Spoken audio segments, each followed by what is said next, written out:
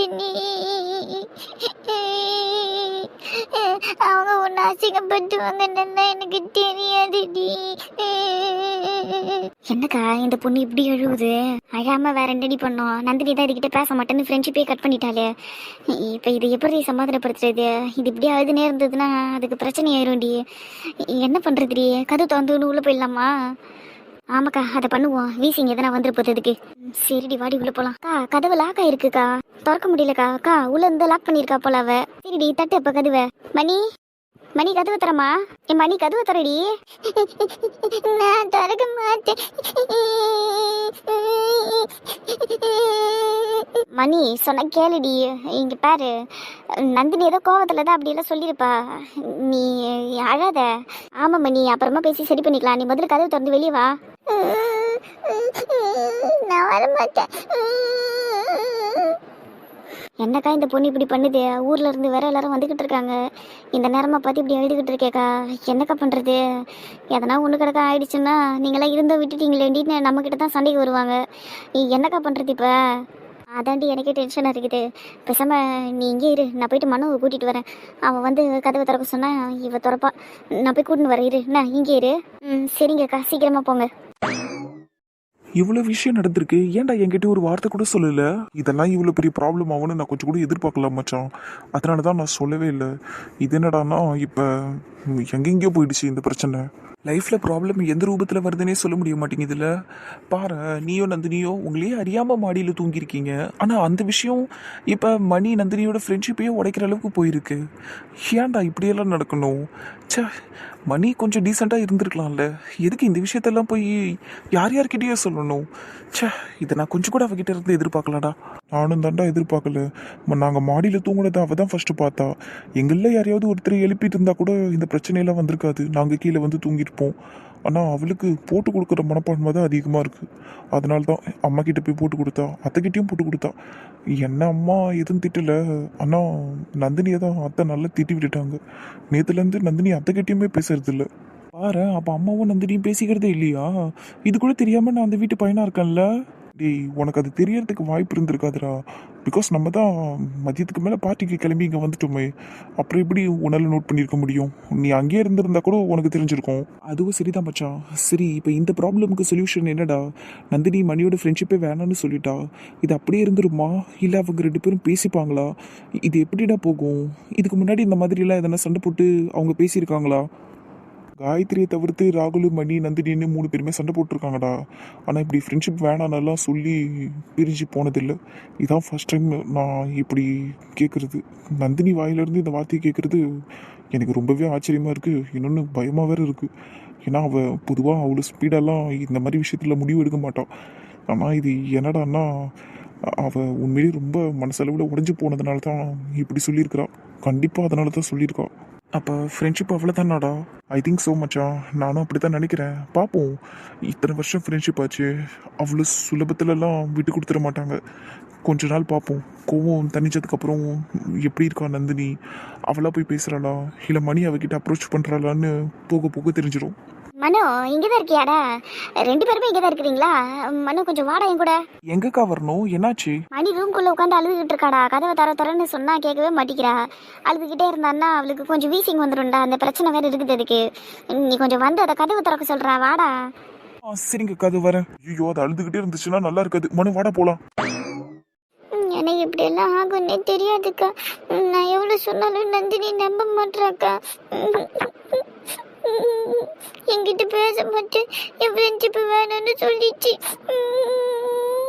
சரி சரி, இங்க பாரு, அவ கோவத்துல தான் அப்படி சொல்லியிருப்பான்னு நீ அழாத. அவ கோவம் தணிஞ்சுதான் அவ உங்ககிட்ட பேசுவா. ஆமாண்டி, நந்தினி கோணம் தான் உனக்கு தெரியல. உன்னை மன்னிச்சே பழகினவ அவ. அதனால இந்த விஷயத்தையும் மன்னிச்சிடுவா. சும்மானாலும் நீ உட்காந்து மூக்க சேர்ந்துட்டு இருக்காது.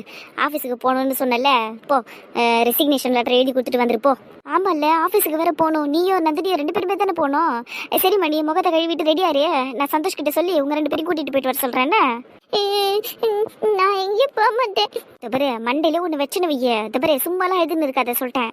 நீ பண்ண வேலைக்கு நீ அழலாம் கூடாது முதல்ல. இது மட்டுமா பண்ணியிருக்கிற நீ? நான் எதோ சொல்றதுக்கு இல்லை. தபரே, எழுந்து போ, முதல்ல மூச்சு கழுவிடுவா போ. அக்கா, நான் வேணும்னே பண்ணலக்கா இந்த விஷயத்தா. சரி நம்புறேன் போ. நந்தினி கிட்ட நான் சொல்கிறேன் சரியா? நீ போய் மூஞ்ச கழுவின்னு வா போ. ஆனாலே நீ வாயை விட்டுருக்க கூடாது, அவ்வளோதான் நான் சொல்லுவேன். ம். ஆமா ஆமா, நீ சொல்லியிருக்கவே கூடாது. சௌமியா யாரு உனக்கு? நீ எதுக்கு நம்ம வீட்டில் நடக்கிற விஷயத்தெல்லாம் அவகிட்ட சொல்ற? அந்த அளவுக்கு நீ என்ன க்ளோஸா இருக்கியா அவகிட்ட? இல்லை. பொய் சொல்லாத என்ன? நீ அவகிட்ட ரொம்ப க்ளோஸா இருந்ததுனால தான் நீ நந்தினியோட பர்சனலை பத்தி சொல்லியிருக்க. இது எவ்வளவு பெரிய தப்பு தெரியுமா? நீ சீட் பண்ணியிருக்க உன் ஃப்ரெண்ட்ஷிப்பையே. நீ இப்படியெல்லாம் பண்ணுவேன்னு நான் கொஞ்சம் கூட எதிர்பார்க்கவே இல்லை மணி. ரொம்ப டிசப்பாயின்மெண்ட்டாக இருக்குது தெரியுமா? சும்மா ஏதோ கொஞ்ச நாள் பழகினவங்க கூட அந்த ஃப்ரெண்ட்ஷிப்புக்கு மரியாதை கொடுத்து இப்படியெல்லாம் செய்யவே மாட்டாங்க. இன்னொருத்தவங்க கிட்ட ஃப்ரெண்டை பற்றி தப்பாக சொல்ல மாட்டாங்க. ஆனால் நீ இத்தனை வருஷம் அவ கூட பழகியிருக்க. நீ எப்படி சொன்ன நீ? அதுவும் சௌமியா கிட்ட போய் சொல்லியிருக்க பார்த்தியா? அந்த சௌமியா என்ன நல்லவளா? அவள் எவ்வளோ பெரிய கேவலமான வேலையெல்லாம் பார்த்துருக்கா தெரியுமா? உனக்கு தெரியல எல்லாமே. நந்தினியோட லைஃப்பில் விளையாடி இருக்கா அந்த பொண்ணு. சந்தோஷம் ஏமாத்திருக்கா. இந்த மாதிரி எவ்வளோ விஷயங்கள் பண்ணியிருக்கா. அந்த பொண்ணு கிட்ட போய் நந்தினியோட பர்சனலை சொல்லியிருக்க. ச்சே, ரொம்ப தப்பு பண்ணி இதெல்லாம். ச்சே. இந்த விஷயத்துக்கே மாப்பிள்ளை தம்பி உட்காந்து இவளுக்கு பாடம் எடுத்துக்கிட்டு இருக்கானே. இதில் இவ அந்த சௌமியா கூட சேர்ந்துக்கிட்டு நம்ம நந்தினி என்கேஜ்மெண்ட் புடவையை எரிச்சது, மருதாணியில் கெமிக்கலை கலந்தது, என்கேஜ்மெண்ட் நிறுத்துறதுக்கு பேதி மருந்த ஜூஸில் கலந்து கொடுத்ததுன்னு இந்த விஷயம்லாம் தெரிஞ்சதுன்னா இவளை கல்யாணமே பண்ணிக்க மாட்டான் போலையாக்கா. கண்டிப்பாடி தம்பி கல்யாணத்தை வேணான்னு சொல்லிடுவான். அதுவும் இல்லாமல் இவன் குணம் தான் தெரியும்ல. அவன் ரொம்ப அமைதியாக இருக்கிறான், எந்த தப்பும் பண்ண மாட்டான். இது வரைக்கும் இவன் சைடில் இருந்து எந்த ஒரு மிஸ்டேக்கும் வந்ததில்லை. ஆனால் இந்த மணி தான் நிறைய தப்பு பண்ணியிருக்கு. எல்லா விஷயத்துலேயும் நம்ம மனம் பொறுத்து போகிறான். ஆனால் இந்த மாதிரி விஷயத்துலலாம் சத்தியமாக பொறுத்துக்க மாட்டான்னு தான் தோணுது. அதுவும் சரிதாங்க்கா. இந்த விஷயம்லாம் கூட நம்மளோட போட்டோம்க்கா. நம்ம யார்கிட்டேயும் எதையும் சொல்ல போகிறதில்ல. அதே மாதிரி இந்த மணி இருக்கே, கல்யாணம் முடியிற வரைக்கும் கொஞ்சம் அடங்கி இருந்துச்சுன்னா நல்லாயிருக்கும். இந்த சௌமியா கிட்ட பேசுகிறதெல்லாம் கூட நிறுத்தணும். இது உன் வாய்க்குள்ள என்ன கொலக்கட்டியா வச்சிருக்க? உங்ககிட்ட தானே கேட்டுக்கிட்டு இருக்கா. வாயை திறந்து பதில சொல்ல. எதுக்கு இப்படி பண்ண நீ? நான் தெரியாம பண்ணிட்டேன்னு சொல்றேன். சும்மா கேட்டுக்கின்னு நான் என்ன சொல்றது? மனோ, இதுக்கு மேல இது கேட்காதா? நீ அழாதிரி. நம்ம பிரியா, நீ போய் கொஞ்சம் தண்ணி எடுத்துட்டு வந்து கொடு. அதுக்கு விக்குது பாரு. சரிக்கா, அதை எடுத்துட்டு வரேன். இப்படி எல்லாரும் இவளை குழந்தை மாதிரி பாத்துக்கிறதுனால தான்க்கா இவ இஷ்டத்துக்கு பண்ணிக்கிட்டு இருக்கா. ஏன் மகாராணி அழுதா என்ன இதை பத்தி இப்போ அவளுக்கு? டேய், நான் தான் சொன்னேன்லடா, இதுக்கு வீசிங் பிரச்சனை இருக்குதுடா. அழுதுச்சுன்னா ரொம்ப விம்மி அப்படி ஆயிரும். அதான் இது போலியெல்லாம் அழுவுமே, அப்பெல்லாம் இதுக்கு ஒன்றும் ஆகாது. இப்போ இது உண்மையாக அழுதுகிட்டு இருக்கேன். அதனால தான் நானே இங்கே வந்து நின்றுக்கிட்டு இருக்கேன். இல்லைன்னா அழுதுட்டு கடை நான் என்ட்டு விட்டுட்டு போயிருப்பேன் நேரம். ஓ, போலி அழுவுறதுன்னு வேற ஒன்று இருக்காக்கா? ஆமா, முக்கால்வாசி நேரம் இது போலியாக தான் அழுவும். சரிங்கக்கா, ஆனா அதையெல்லாம் எப்படி நீங்க கண்டுபிடிக்கிறீங்க? போலி அழுவுறது உண்மையா அழுவுறதுன்னு? ஏய், இதை குழந்தையிலேருந்தே பார்த்துன்னு இருக்கிறேன்னடா. இது எப்படி பண்ணணும்னு எனக்கு தெரியாதா? நீ என்னடா நீ இப்போ இதெல்லாம் கேட்டுக்கிட்டு கொஞ்ச நேரம் அமைதியாடா. சரிங்கக்கா. ஆனா இவளோட கேரக்டரை எப்படிதான் நீங்க டாலரேட் பண்றீங்களோ தெரியல. என்னாலலாம் இவளை சகிச்சுக்க முடியாதுக்கா இந்த மாதிரி இருந்தான்னா. இங்க பாரு மன்னி, உன்னோட இந்த விஷயத்தெல்லாம் இதோட ஏற கட்டிடு. அதே மாதிரி இந்த சௌமியா கிட்ட பேசுறதையும் நிறுத்திடு. நேற்று நிறைய பிரச்சனை நடந்தது, அதை பத்தி எல்லாம் உனக்கு தெரியாது. தெரிஞ்சாலும் இப்போதைக்கு உன்னால ஒன்றும் பண்ண முடியாது, ஏன்னா எல்லாத்தையும் முடிச்சிட்டோம் நாங்க. பட் ஸ்டில் இன்னொரு தடவை இந்த சௌமியா கிட்ட பேசுறதெல்லாம் இருக்கக்கூடாது. புரியுதா உனக்கு? பேச மாட்டேன். சரி ஓகே அழாத. கொஞ்ச நேரத்துக்கு அழாம இருடியம்மா. மனோ, இவளை பாத்துக்கடா. நான் போய் நந்தினிய கிளம்ப சொல்றேன் ஆஃபீஸ்க்கு. சரியா? பிரியா தண்ணி எடுத்துட்டு வந்து கொடுப்பா, இவளை குடிக்க சொல்லிடு. சரியாடா? நான் போயிட்டு வரேன். சரிங்கக்கா. டேய், அட்வைஸ் பண்றங்கிற பேர்ல திட்டிக்கிட்டு இருக்காது என்ன? சரிங்கக்கா. நீ எவ்வளவு பெரிய தப்பு பண்ணாலும் உன்னை யாரும் எதுவும் கேட்க மாட்டாங்க போல இருக்கே. அப்படி இல்ல. சரி நான் ஒன்றும் பேசல, தயவு செஞ்சு அமைதியாரு. ரெசிக்னேஷன் லெட்டர் எழுதியாச்சா இல்லை இனிமேல் தான் எழுதணுமா? அதெல்லாம் எழுதியாச்சு. சரி, அப்போ பேக்கில் எடுத்து வச்சுக்கோ, கிளம்பலாம். நந்தினி, வாக்கா, இங்கே தான் உட்காந்துருக்கேன். இங்கே தான் உட்காந்துருக்கியாம்மா? சரி, நீ கிளம்பி போயிட்டு வந்துடுடி. ஆஃபீஸுக்கு போயிட்டு வந்துடு. அப்பா அம்மா வேற வந்துக்கிட்டு இருக்காங்க. அவங்க வரத்துக்குள்ளே வந்துட்டீங்கன்னா கூட நல்லாயிருக்கும். அவங்க வரத்துக்குள்ளெல்லாம் எங்களால் வர முடியாதுக்கா. எப்படி இருந்தாலும் ஆஃபீஸில் எல்லாரையும் பார்த்து பேசணும்ல, லேட் ஆயிரும். ஆமாம்ல. சரிடி, அப்போ உடனே கிளம்புறதானே? எதுக்கு உட்காந்துக்கிட்டு இருக்கீங்க? அந்த வீட்டில் இருக்காளே, அவளும் வரணும்ல, அதான் உட்காந்துக்கிட்டு இருந்தேன். சரி வெயிட் பண்ணுண்ணே. அது மூஞ்சி கழுவிட்டு வந்துடும். உட்காந்து ரொம்ப அழுதுகிட்டு இருந்தது. அழட்டும், எனக்கு என்ன, என்கிட்ட இனிமேல் அதை பற்றிலாம் பேசாதக்கா. சரி, சொல்லலை. எதனா சாப்பிட்றியா? ஜூஸ் எதனா எடுத்துகிட்டு வருவா? அதெல்லாம் ஒன்றும் வேணாக்கா. சந்தோஷ், உனக்குப்பா? வேணாக்கா. சரி, அப்போ 2 பேரும் பேசிக்கிட்டு இருங்க. நான் போய் பசங்களை ஒரு எட்டு பார்த்துட்டு வந்துடுறேன். பிரியா வீட்டில் விளையாடிக்கிட்டு இருக்கேங்க. சரிக்கா. இந்த வீட்டுக்கும் அந்த வீட்டுக்கும் ஓடிக்கிட்டு இருக்கேன் நான். அம்மா முடியலடா சாமி. நந்தினி, சொல்லுங்க. இப்போ இனிமேல் இப்படி தான் இருக்க போறியா? இப்படி தான்ண்ணா. அதான்டி, மணிக்கிட்ட பேச மாட்டேன்னு சொன்னல, அதுதான் கேட்குறேன். பேச மாட்டேன்தான் இப்படி தான் இருக்க போகிறேன் கடைசி வரைக்கும். உங்களுக்கு எதனா பிரச்சனை எதனால?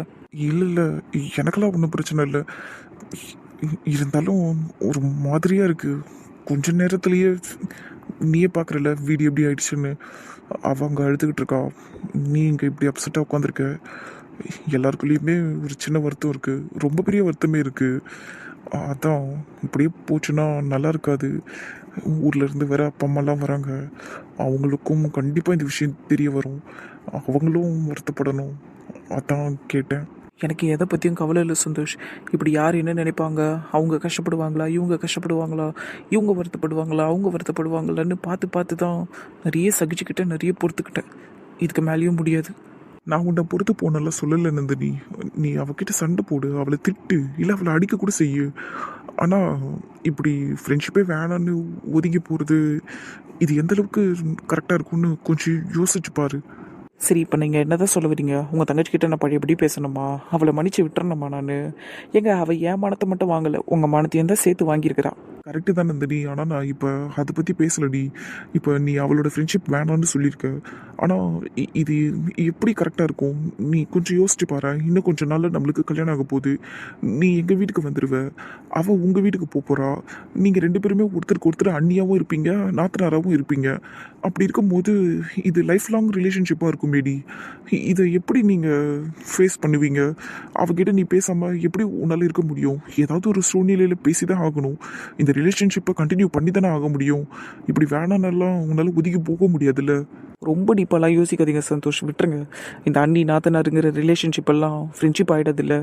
அது வேற இல்லை, ஃப்ரெண்ட்ஷிப் வேற இல்லை. ஃப்ரெண்ட்ஷிப் உடஞ்சது தான், சரிங்களா? மற்றதெல்லாம் அப்புறமா பார்த்துக்கலாம். ஒரு முடிவோடு தான் இருக்க நீ. சரி, ஓகே, இதுக்கு மேலே எனக்கும் பேசுகிறதுக்கு ஒன்றும் இல்லை. நீ கிளியராக இருந்தானா போதும்.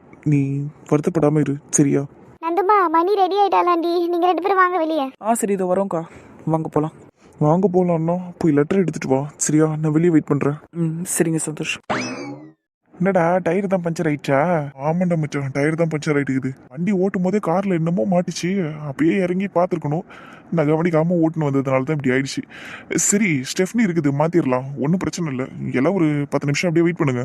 சரி மச்சான். பாரு ஷில்பா, அந்த காரில் போய் உட்காருங்க, அசோக் காரில் உட்காந்துருங்க, போங்க. சரிங்க அண்ணே. போடி, நீ மட்டும் இதுக்கு நின்றுனுக்குறா? ஒன்றும் இல்லைங்க, ஒன்றும் இல்லை. நீங்கள் பாருங்கள், நீங்கள் வேலையை முடிச்சுட்டு சொல்லுங்கள், நாங்கள் வந்து இந்த காரில் ஏறிக்கிறோம்.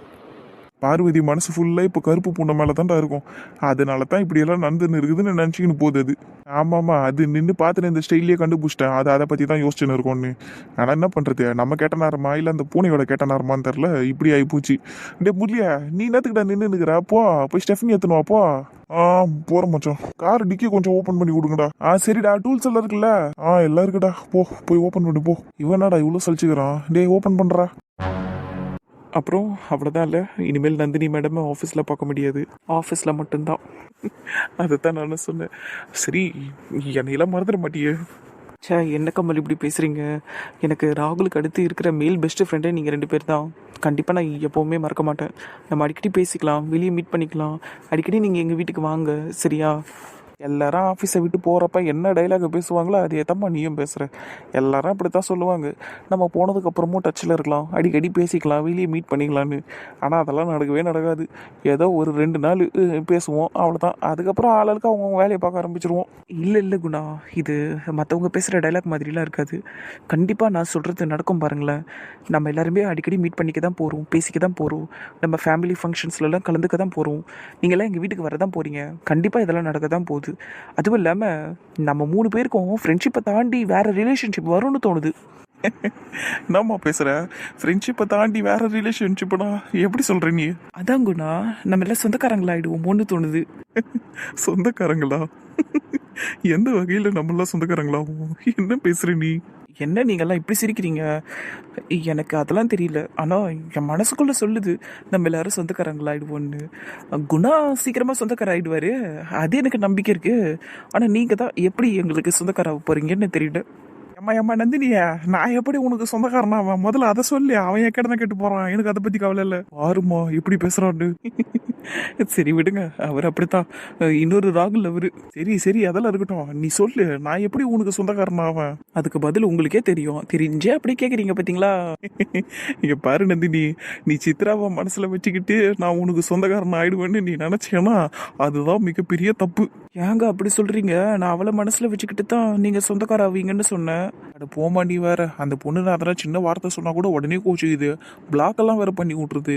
இதெல்லாம் எங்க இருந்து? அதெல்லாம் செட் ஆகாதுமா. மனசை தளர விட்டுறாதீங்க குணா, மீண்டும் முயற்சி பண்ணுங்க, அவள்கிட்ட பேசுங்க. ஒரு பேச்சுக்கு சொல்றேனே, நீங்க மட்டும் அவளை கல்யாணம் பண்ணிக்கிட்டீங்கன்னு வைங்களேன், நீங்க 4 குடும்பத்துக்கு மருமகனா ஆயிடுவீங்க. இதோ போடுறாடியே கமல, ஒரு மாமனார் மாமியாரையே சமாளிக்க முடியாது, இதுல 4 குடும்பத்துக்கு நான் வாக்க போயிட்டு 4 மாமனார் மாமியாரை சமாளிக்கணுமா? ஏங்க ஜாலியா இருக்குங்க, எங்க குடும்பத்துக்கு வாக்கப்பட்டு வாங்கங்கிறேன். ஏம்மா வேணாம்மா, இப்போதைக்கு ஃப்ரெண்ட்ஷிப் லெவலில் தான் போய்கிட்டு இருக்குது. வாக்கப்படுறத பற்றியெல்லாம் அப்புறமா பேசிக்கலாம் சரியா? ஆமா நந்தினி, இவனை வச்சு எதையுமே யோசிக்காத, எப்போ சொதப்புவான்னே தெரியாது. சரி, அப்ப நீங்க? நான் என்ன பண்ணணும்? தாரா உங்க பின்னாடி சுத்தி சுத்தி வந்துகிட்டு இருக்கா. நீங்க மட்டும் கொஞ்சம் மனசு வச்சீங்கன்னா அவளையே கல்யாணம் பண்ணிக்கிட்டு எங்க வீட்டுக்கு வாக்கப்பட்டு வந்துடலாம். ஐயோ எம்மா, எனக்கு அந்த பொண்ணு மேலே எந்த இன்ட்ரெஸ்ட்டும் இல்லைம்மா, தயவு செஞ்சு விட்டுருமா. நான் ஒன்றும் இப்போ போய் கல்யாணம் பண்ணிக்கோங்க தாராவன்னெல்லாம் சொல்லலை. உங்களுக்கு சப்போஸ் இன்ட்ரெஸ்ட் இருந்தால் நீங்களே எங்கள் வீட்டு மருமகன் ஆகிடுவீங்க, அதை தான் சொன்னேன். இதுக்கு மேலே இவனுக்கு அந்த பொண்ணு மேலே இன்ட்ரெஸ்ட் எல்லாம் வராதுமா. அப்படியே இவனுக்கு வந்தாலும் அந்த பொண்ணு போடான்ட்டு போயிடும். ஏன் அப்படி சொல்கிறீங்க? டேய் சும்மாருடா, அதெல்லாம் ஒன்றும் இல்லை நந்தினி, அவன் லூசு மாதிரி எதனா அப்படித்தான் பேசுவான். நீ விடு, நீ கண்டுக்காத. அப்படியெல்லாம் விட்டுற முடியாது. குணா நீங்கள் சொல்லுங்க குணா, ஏன் அந்த பொண்ணு போடான்னு சொல்லிட்டு போவோம்? அந்த பொண்ணு தான் இவரை சுற்றி சுற்றி வருதுல்ல. நந்தினி, அந்த பொண்ணு இவனை சுற்றி சுற்றி தான் வந்துக்கிட்டு இருந்துச்சு. நேற்று சுற்றி சுற்றி வந்து ப்ரொப்போஸும் பண்ணிச்சு, இவர் நோ சொல்லிட்டாரு. பாரு, ஏங்க நோ சொன்னீங்க? அது எவ்வளோ நல்ல பொண்ணா மாறிடுச்சு தெரியுமா இப்போ? என்ன முடி மட்டும் தான் கொஞ்சம் மஞ்சள் கலரில் இருக்குது, மற்றபடி மனசெல்லாம் ரொம்ப வெள்ளங்க அதுக்கு இப்போ. எப்படி வேணாலும் இருந்துட்டு போட்டும், எனக்கு இன்ட்ரெஸ்ட் இல்லைம்மா. போங்க, எல்லாரும் எங்கள் வீட்டுக்கே வந்துடுவீங்கன்னு நினச்சேன். போங்க, நான் நினச்சது நடக்காது போல. சரி போங்க, விட்டுருங்க. ஃப்ரீயாக விடு நந்தினி, காலப்போக்கில் மனுஷங்க மனசு மாறதானே செய்யும். அப்போ எதெல்லாம் நடக்குதானே பார்ப்போம். நல்லபடியாக நடந்துச்சுன்னா நல்லது தானே. அதுவும் கரெக்டு தான், காலம் எல்லாத்தையும் மாற்றிடும். சரி அதெல்லாம் இருக்கட்டும், நான் வந்ததுலேருந்து இந்த சௌமியாவை பார்க்கவே இல்லையே. அவள் இன்னைக்கு ஆஃபீஸ்க்கு வரலையா என்ன? வரல, இனிமேல் வரவும் மாட்டான். ஏன் அப்படி சொல்கிறீங்க? வேலையை ரிசைன் பண்ணிட்டாமா. என்ன கமல் சொல்கிறீங்க? ரிசைன் பண்ணிடுச்சா? எப்போ? இன்னைக்கு தாம்மா ரிசைன் பண்ணா. காலையில் மெயில் பண்ணியிருந்தா ஹெச்ஆருக்கு, அது மூலியமாக தான் தெரிஞ்சது. ஹெச்ஆருக்கும் டீம் மேனேஜருக்கும் மெயில் பண்ணியிருந்தா. ஏன் ரிசைன் பண்ணிச்சு? நேற்று அதை போட்டு எங்கள் முன்னாடி அந்த அடி வச்சிங்கல்ல, அதான் அசிங்கப்பட்டு வராமல் போயிடுச்சு பொழுது வேலைக்கு. என்ன குணா இப்படி சொல்கிறீங்க? அப்போ அவள் வேலை விட்டதுக்கு நாங்கள் தான் காரணமா? அப்படியெல்லாம் இல்லை நந்தினி, அதெல்லாம் ஒன்றும் இல்லை. அவன் பேசுகிறதெல்லாம் பெருசாக எடுத்துக்காது, அவன் அப்படி தான் பைத்தியம் மாரி பேசிக்கிட்டு இருப்பான். ஆக்சுவலாக அவள் வராததுக்கு காரணம், அவள் பெங்களூருக்கே திரும்பி போகிறாளாம். அதுதான் ரெசிக்னேஷனில் மென்ஷன் பண்ணியிருந்தா. ஓ, பெங்களூர் போகிறாங்களா மேடமு? எப்பா போய் தொலையிட்டோம். இன்னொரு தடவை எங்கள் வாழ்க்கையில் திரும்பி வராதுல, இது சந்தோஷம் தான் எனக்கு. கரெக்டு தான், இன்னொரு தடவை வரமாட்டா. சரி அவளை விடு, இவன் இவ்வளோ அமைதியாக இருக்கா? மணிக்கு என்னாச்சு? எதனால் ஒரு மாதிரி உம்முன்னு இருக்கா? தெரியல கமல், நான் போயிட்டு மற்றவங்க கிட்டலாம் கிளம்புறேன்னு சொல்லிட்டு வந்துடுறேன் சரியா? நீங்கள் பேசிக்கிட்டு இருங்க, நான் வரேன். குணா நான் வரேன்னே. சரி நந்தினி, நான் மணியை நான் அமைதியாக இருக்கிறா, வாங்க. நீங்கெல்லாம் எங்களை மறந்துடாதீங்கன்னா அடிக்கடி எங்கள் வீட்டுக்கு வாங்க. கண்டிப்பாக வரும், நீங்களும் மறந்துடாதீங்க எங்களை. அதெல்லாம் மறக்க மாட்டோம். நீங்கெல்லாம் எங்கள் கல்யாணத்துக்கு வந்துடணும்னா ஒரு வாரத்துக்கு முன்னாடி வந்துடுங்க. வீட்டில் இருக்கிறவங்களெல்லாம் கூட கூட்டின்னு வந்துடுங்க. எல்லாம் எங்கள் வீட்லேயே தங்கிக்கோங்கண்ணா. எப்படி பேசுது படுறாது. சரி சரி, ஆனால் நீ முறையாக பத்திரிக்கை வச்சு கூப்பிட்டா தான் நாங்கள் வருவோம். எங்கள் வீட்டில் இருக்கிறவங்களெல்லாம் கூட்டின்னு வரணும்னா நீ அங்கே வீட்டுக்கு வந்து பத்திரிக்கை கொடுக்கணும் சரியா? கோயம்புத்தூர் வந்துரு. பத்திரிக்கைலாம் நாளைக்கு சாமி கும்பிட்டு கொடுக்க ஆரம்பிச்சிருவோம். ஆனால் கோயம்புத்தூருக்குலாம் வர முடியாதுப்பா, அவ்வளோ தூரத்துக்கு யார் வருது? நீ அவ்வளோ தூரம் வந்து கூப்பிட்டா தான் எங்கள் வீட்டில் இருக்கிறவங்க வருவாங்க. அப்போ உங்கள் வீட்டில் இருக்கிறவங்கள உங்கள் வீட்லேயே இருக்க சொல்லுங்க, நீங்கள் மட்டும் வாங்கண்ணா. எப்படி பேசுகிறா பாரு. சரிம்மா, நாங்கள் 2 பேர் மட்டும் வருவோம் சரியா? சரி. சரி, நீ ஏன் இவ்வளோ சோகமாக இருக்கிற? உனக்கு நந்திரிக்கா எதனா சண்டையா? அதெல்லாம் ஒன்றும் இல்லை. அப்போ என்னமோ நந்திருக்குதுன்னு நினைக்கிறேன். அது மூச்ச போடுறாடே. டேய் லூசு, அந்த பொண்ணு ஃபீல் பண்ணுது, சிரிக்கிற பைத்தியம். சரி மணி, ஒன்றும் கவலைப்படாதுன்னா எல்லாம் சரியாயிடும் ஓகேவா? நாய்க்குட்டி மாதிரி பண்ணுறாது. இதனால தான் உன்னை ராகுல நாய்க்குட்டின்னு வானா? டேய் ஏன்டா இப்படி பண்ற? மணி நீ முதல்ல இப்படி இருக்காத மணி, நார்மலா இரு சரியா? அவன் பாரு உன்னை எப்படி கிண்டல் பண்றான்னு. சே, நார்மலா இருமாண்ணே. சரி. அப்பா கூப்பிட்டுருந்தீங்களா? ஆமாப்பா, ஒரு முக்கியமான விஷயம் சொல்லணும். சொல்லுங்கப்பா. ஏப்பா உட்காரம்பா, உட்காந்து தான் கேளு என்ன விஷயம்னு. பரவாயில்ல இருக்கட்டும் மாமா. அப்பா நீங்க சொல்லுங்கப்பா என்ன விஷயம்னு. சந்தோஷ், நாளையில இருந்து நீ ஆபீஸ்க்கு போக வேணாம்ப்பா. ஏன்பா என்னாச்சு? நாளைக்கு கோயிலுக்கு போக போறோமே, அதனால சொல்றீங்களா? கோயிலுக்கு போறதுக்காக மட்டும் இல்லப்பா, நாளையில இருந்து நீ ஆபீஸ்க்கே வர வேணாம்னு சொல்றேன். ஏன்பா என்ன வேலையை விட்டு தூக்கிட்டீங்களா என்ன? அப்பா இந்த லீவெல்லாம் கூட நீங்க கொடுத்ததுனால தான்ப்பா நான் எடுத்துக்கிட்டேன், இல்லைன்னா எடுத்துக்கிட்டு இருக்க மாட்டேன். என்னப்பா நீங்க இப்படி பண்றீங்க? டேய், ஏன்டா இவ்வளவு அவசரப்படுற? என்ன பழக்கம் இது உனக்கு? கொஞ்சம் அமைதியா இரு. இல்ல வேலைக்கு வர வேணாம்னு சொல்றீங்களே, அதான். இப்போதைக்கு வர வேணாம்னு தானேப்பா சொன்னேன். இன்னும் 15 டேஸ்ல மேரேஜ் இருக்கு. நாளைக்கு குலதெய்வம் கோயிலுக்கு போகணும், அப்புறம் வெள்ளிக்கிழமை ட்ரெஸ் எடுக்க போகணும், கல்யாண பட்டு, அப்புறம் உனக்கு வேஷ்டி சட்டை, அப்புறம் கோட் சூட்டுன்னு ட்ரெஸ் எடுக்கணும். சும்மா ஆஃபீஸ்க்கு லீவ் போட்டு போய்கிட்டு இருந்தா நல்லா இருக்காது சரியா? அதனால இந்த மேரேஜ் எல்லாம் முடியட்டும், ஹனிமூன் பீரியட் முடியட்டும், எல்லாம் முடிஞ்சு ஒரு 2 மந்த் கழிச்சு ஆஃபீஸ்க்கு நீ வா சரியா? 2 மந்தா? ஏய் என்னடா பிரச்சனை உனக்கு? உங்க அப்பனே உனக்கு லீவ் கொடுக்குறான், 2 மாசம் வீட்டில் இருப்பான்ட்டு 2 மந்த்தான்னு வாய போல்ந்துனுக்குற. ஜாலியாராண்டா. கரெக்டு மாமா, இருந்தாலும் 2 மாசம்லாம் ஓவர்ல மாமா. ஏதோ கல்யாணம் ஆனதுக்கப்புறம் ஒரு 10 டேஸ் லீவ் கொடுத்தா போதும். நீங்க என்னப்பா இவ்வளோ நாள் லீவ் கொடுக்குறேன்னு சொல்றீங்க? இது உண்மையிலே டூ மச்சுப்பா.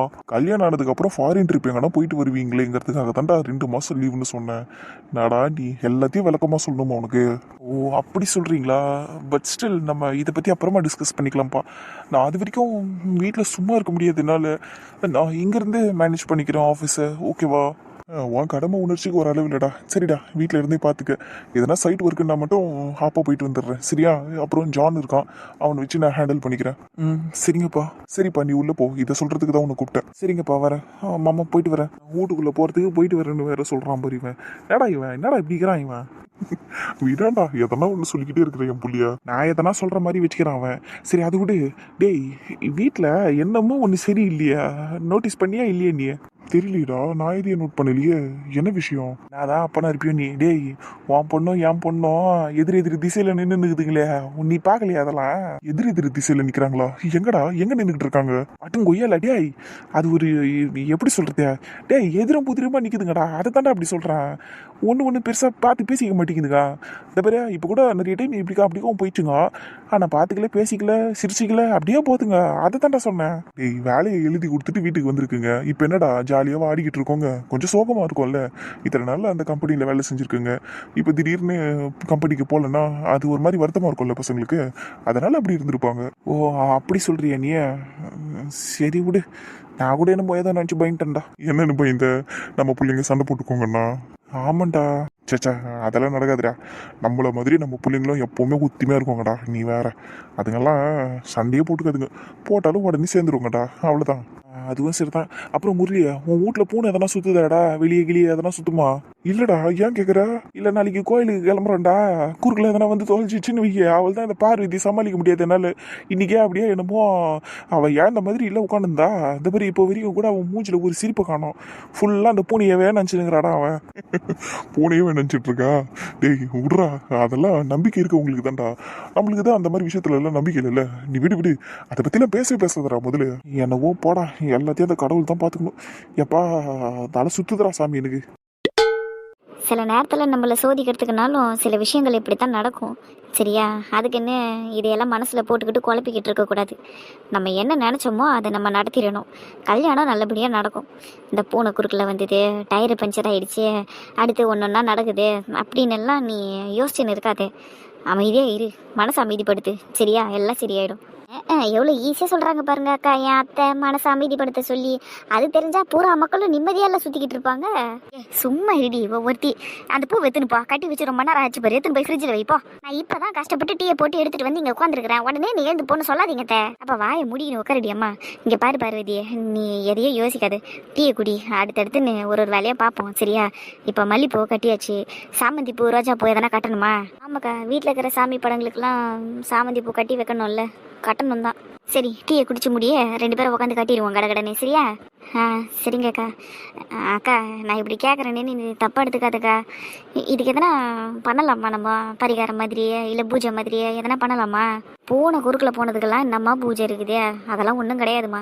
இங்கே பாரு, நான் சொல்லிட்டேனே, நீ எதையும் யோசிக்கணும் இருக்காத. கடவுள் நம்பிக்கை இருக்குதுன்னா அதை மட்டும் நம்பு, வேறு எதையும் நம்பிட்டு கிடக்காத.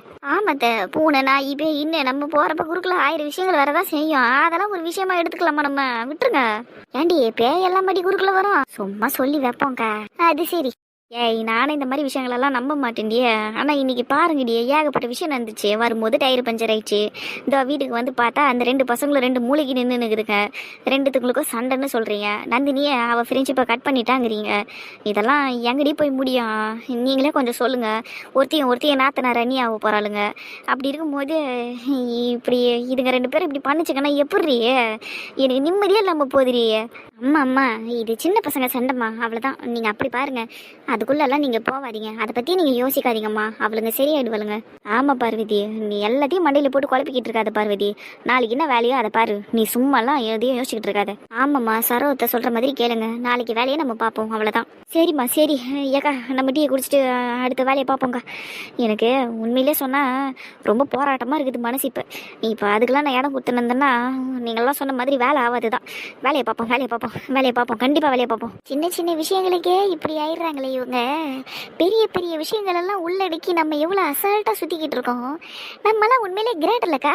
பின்ன அர்ச்சனா பிரியான்னா சும்மாவா? அதானே, இந்த பிரச்சனையெல்லாம் நம்மளுக்கு ஜூஜூபி.